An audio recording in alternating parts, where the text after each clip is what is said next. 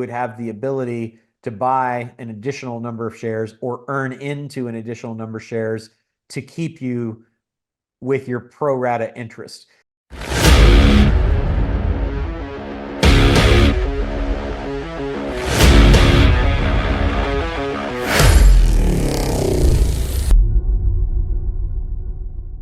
How do I get around and convince them to put in a non-dilution clause in the agreement, because that protects me since I'm a minority?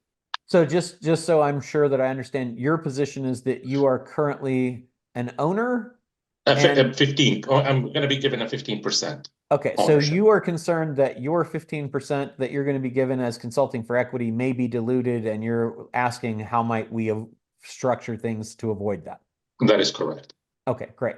So that being the case, the easiest way is when you do it as a profits only interest. Is it a partnership or a corporation type entity that you are going into? It's a corporation. Okay. So if it's a corporation, then we're looking at phantom equity as your most likely way that you're going to take it. Yes. And that, I mean, the way you have to do that is through an anti-dilution clause. An option, if you can't get them to agree to an anti-dilution clause, would be to say, in the event, it's basically called, it's a make-up option. So it would allow you to maintain your pro rata interest so that in the event that there was some transaction where something was happening to dilute you, you would have the ability to buy an additional number of shares or earn into an additional number of shares to keep you with your pro rata interest.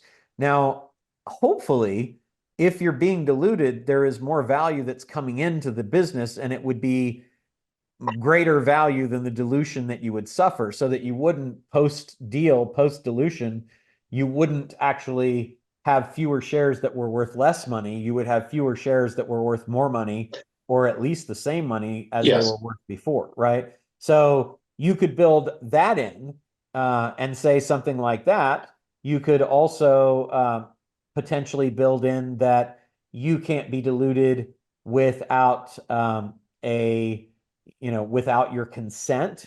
You could, which would mean that you could effectively block a dilutive transaction, and then they could still proceed with it, but it wouldn't be able to dilute you. Without getting esoteric and complicated, those would be the main things that I would talk to them about.